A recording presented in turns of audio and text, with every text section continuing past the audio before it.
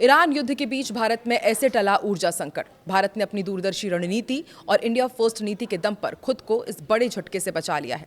जहां पड़ोसी देश पाकिस्तान लॉकडाउन जैसी स्थिति में है, वहीं भारत अपनी सीक्रेट ऑयल केव्स यानी कि भूमिगत तेल गुफाओं और रूस के साथ कूटनीतिक तालमेल के कारण मजबूती से खड़ा है।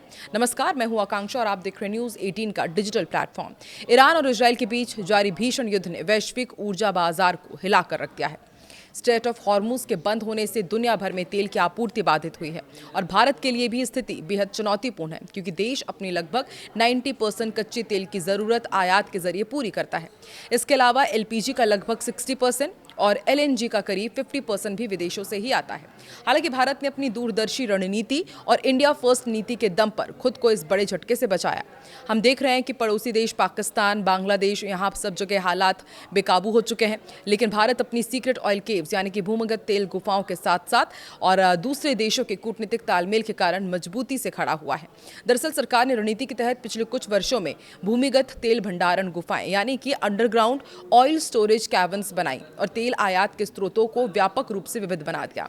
इन कदमों ने भारत को अचानक आने वाली ऊर्जा संकट से काफी हद तक बचाया है।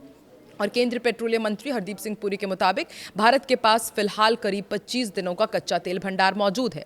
इसके अलावा पेट्रोल और डीजल का स्टॉक भी लगभग 25 दिन तक चल सकता है। रसोई गैस यानी कि एलपीजी की उपलब्धता 20 से 30 दिनों तक बनी रह सकती है, जबकि उद्योगों में इस्तेमाल होने वाली एलएनजी का भंडार लगभग 10 दिनों का है।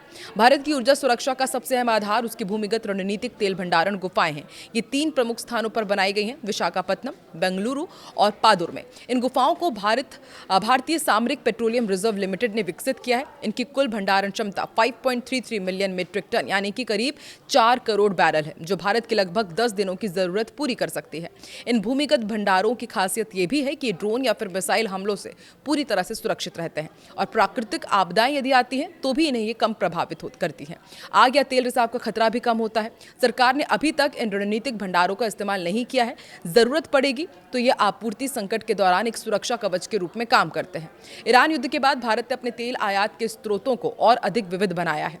सरकार के मुताबिक अब भारत करीब 40 देशों से कच्चा तेल आयात कर रहा है, जिनमें यूरोप, लैटिन अमेरिका और पश्चिम अफ्रीका शामिल है। अब भारत के करीब 70% तेल आयात ऐसे समुद्री मार्गों से आ रहे हैं जो स्ट्रेट ऑफ हॉर्मुज पर निर्भर नहीं है, जबकि पहले यह हिस्सा करीब 50 to 55% था।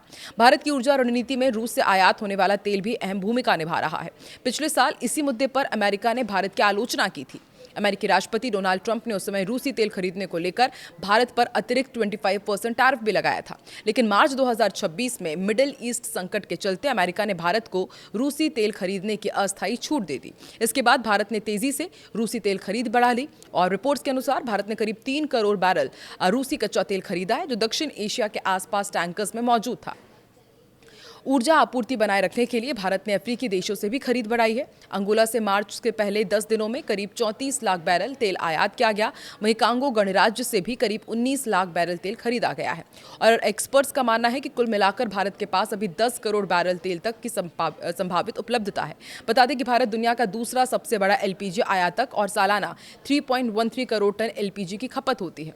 सरकार ने आपात शक्तियों का इस्तेमाल करते हुए घरेलू एलपीजी उत्पादन करीब 25% बढ़ा दिया है और इस अतिरिक्त उत्पादन को मुख्य रूप से घरों के लिए इस्तेमाल किया जा रहा है। हालांकि इसके कारण होटल्स और रेस्तरां के लिए कमर्शियल सिलेंडर्स की कमी देखी जा रही है और युद्ध के कारण रसोई गैस की कीमतों में भी बढ़ोतरी जरूर हुई है।